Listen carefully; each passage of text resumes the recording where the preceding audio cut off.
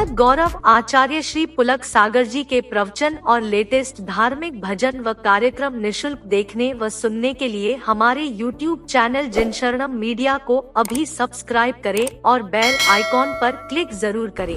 तत्वा सूत्र में कहा इच्छा निरोधा तपा, भोजन निरोधा तपा नहीं कहा है, लेकिन इच्छाओं को छोड़ने के लिए भोजन भी छोड़ना पड़ता है, उस पर भी कंट्रोल करना पड़ता है। इच्छाओं को छोड़ने के लिए हमें अपनी हर चीज पर ये सहायक तो होते हैं, लेकिन ये उसी लिए सहायक है कि आपकी इच्छाओं का अंत हो जाना। पाना नहीं जीवन को बदलना है साधना, धुएं सा जीवन मौत है, धुएं सा जीवन मौत है, जलना है साधना, पाना नहीं जीवन को बदलना है साधना। मुड़े मुड़ाना बहुत सरल है, मन मुंडन आसान नहीं। मुड़े मुड़ाना केस लॉन्च भी कोई कठिन साधना नहीं है, महावीर कहते हैं बहुत सरल है। मुड़े मुड़ाना बहुत सरल है, मन मुंडन आसान नहीं। व्यर्थ भभूत लगाना तन पर, गर भीतर का ज्ञान नहीं। पर की पीड़ा में मोम सा पिघलना साधना, पाना नहीं जीवन को बदलना है साधना। मंदिर में तो बहुत गए हम, पर मन मंदिर नहीं बना। मंदिर में तो बहुत गए हम, पर मन मंदिर नहीं बना। व्यर्थ शिवाला में जाना गर, मन शिव सुंदर नहीं बना। पल पल समता में इस मन का, पल पल समता में इस मन का ढलना है साधना। पाना नहीं जीवन को बदलना है साधना। समता ध्यान रखना, उपवास तपस्या नहीं, वह भी एक तपस्या है, लेकिन वह पूर्ण तपस्या नहीं हुआ करती है। बड़े बड़े कठोर तप तपने के बाद भगवान महावीर कहते हैं कि तपस्या के साथ साथ जब तक वैराग्य नहीं जुड़ता है, तब तक वह तपस्या मोक्ष की तरफ। वैराग्य का अर्थ क्या है? इच्छा निरोधा। बिना भोजन के तो अस्पताल में भूखा भी रह लेता है ना, बोले वैराग्य नहीं है, इसलिए उस भूख का कोई महत्व नहीं हुआ करता है। पूरे दिन व्यापार चले तो बिना पानी के दिन काट देता है, उसमें आसक्ति है, उसमें इच्छाएं हैं, धन पाने की लालसा है। महावीर कहते हैं कि भोजन भी गया और लालसा भी ना गई तो तू दोनों तरफ से लुट गया। ध्यान रखना, समय भी गया, वक्त भी गया, इच्छाएं भी ना गई। त्याग के साथ वैराग्य होना चाहिए, विरक्ति होना चाहिए। कबीर रास्ते से चले जा रहे थे, पीछे पीछे उनकी पत्नी थी। कबीर ने देखा, रास्ते में आगे आगे चलते चलते कबीर देखते हैं कि कहीं सोना का हार पड़ा है। कबीर ने देखा मेरी पत्नी का मन विचलित ना हो जाए, क्योंकि नारी जो होती है ना, सब चीज छोड़ सकती है, आभूषण नहीं छोड़ सकती है। सोना तो चाहिए, चांदी तो चाहिए, हीरा तो चाहिए, श्रृंगार तो चाहिए। बोले उसका मन विचलित ना हो जाए। कबीर ने चालाकी की, उस हार पर धूल उठाई और डाल दी, ना निगाह पड़ेगी ना इच्छा पैदा होगी। कबीर की पत्नी एक कदम आगे थी, उसने देख लिया। उसने कबीर से कहा कि तुमने क्या किया? बोले कुछ नहीं, चल आगे चलते हैं। बोले नहीं नहीं, कुछ तो तुमने किया है, तुम झुके तो हो।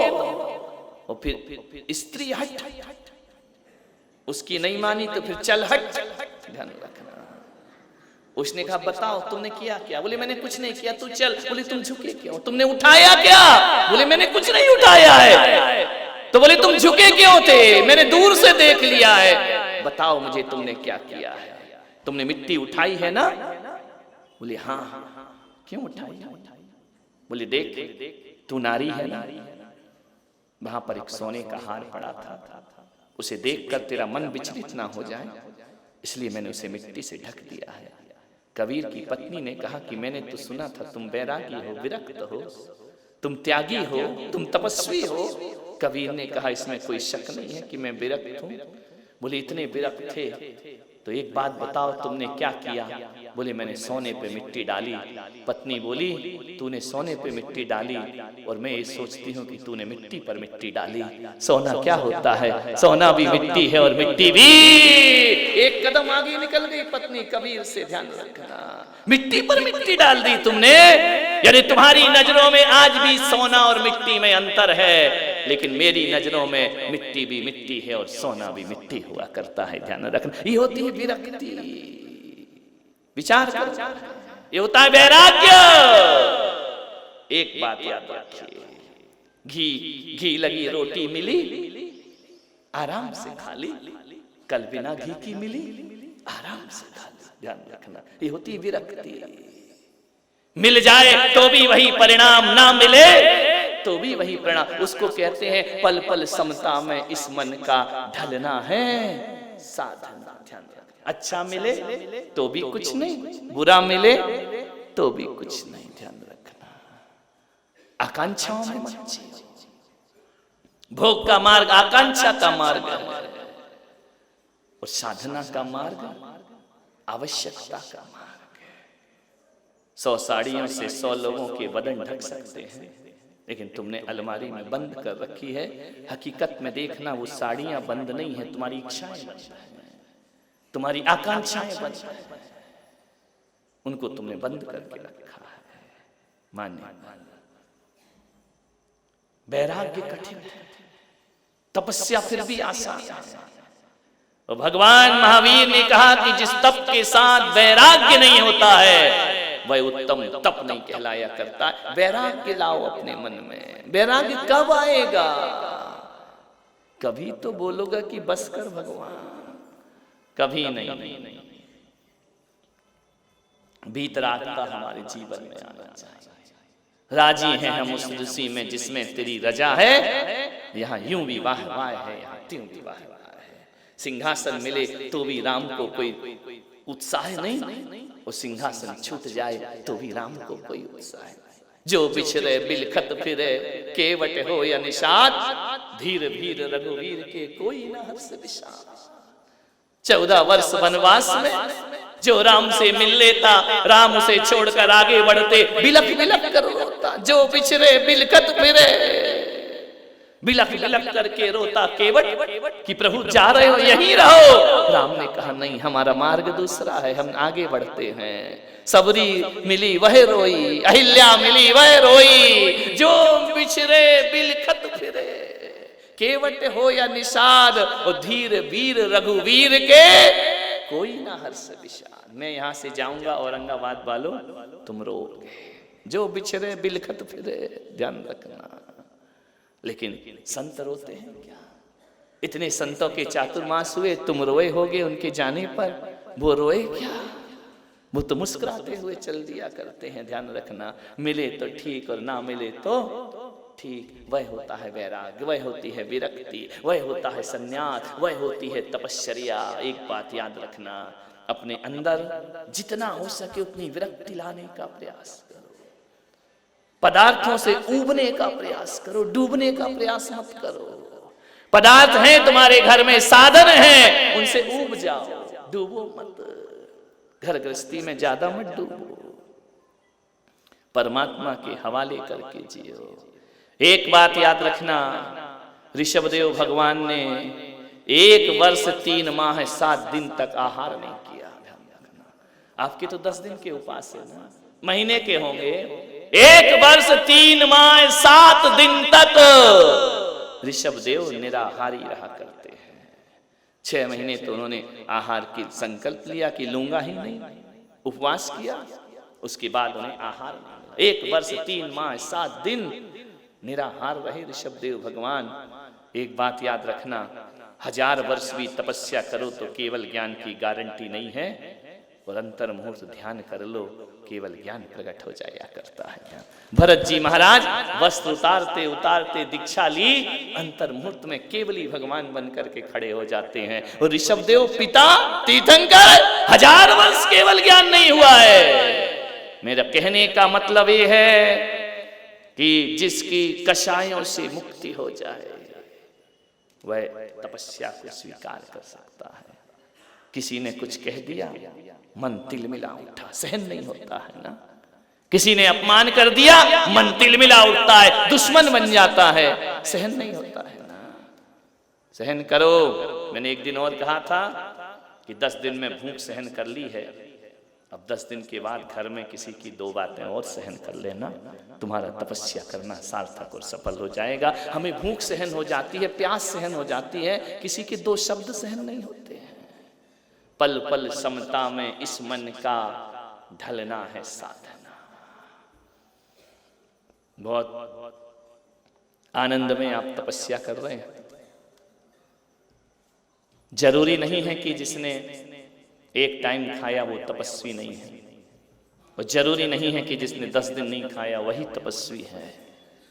एक टाइम खाने वाला वह भी तपस्वी है। 12 तपों में पहला तप उपवास है, दूसरा तप ऊनोदर होता है। ध्यान रखना, ऊनोदर का मतलब जानते हो? भूख से कम खाना। कठिन कौन सा होता है? नहीं खाना या थाली रखी है उसे खिसका देना, कौन सा कठिन है? आकर्षण सामने है, निगाहें फेर लेना। ध्यान रखना, भोजन सामने रखा है। ध्यान रखना, साधुओं को उपवास कठिन नहीं लगता है, लेकिन अंतराय कठिन हो जाता है।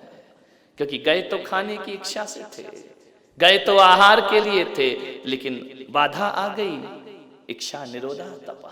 ध्यान रखना, महावीर ने कहा एक तप दूसरे तप से बड़ा है, उपवास से बड़ा ऊनोदर हुआ करता है, ऊनोदर से वृत्ति परिसंख्यान हुआ करता है, वृत्ति परिसंख्यान से रस परित्याग बड़ा हुआ करता है, और 12वें नंबर का तप ध्यान हुआ करता है। इतना सब करने के बाद यदि तुमने ध्यान नहीं किया तो तुम्हारे तप का फल मिलने वाला ध्यान, मेडिटेशन। अंतिम तप है 12वां, उसके बाद केवल ज्ञान हो जाता है। ध्यान रखिए, मानिए वृत्ति परिसंख्यान। आज मैं 3 ही चीज खाऊंगा, आज मैं 2 ही चीज खाऊंगा, आज मैं 1 ही चीज खाऊंगा। वो जब थाली भरी आएगी चौके में, क्या करो? 2 ही खाना है। अब आज बैठे बैठे चुनाव मत करना कि कौन सी खाना है, ये वाली खाऊं कि ये वाली, इसमें घाटा है कि इसमें फायदा है, क्या मालूम कौन स्वादिष्ट बना है कौन बेकार बना है। ऐसा मत करना कि 4 कटोरी आई, 4 खा के देख ली, जो कचरा है वह निकाल दी। ध्यान रखना, नहीं, रस वृत्ति परिसंख्या, संख्या करो, इससे ज्यादा नहीं खाना।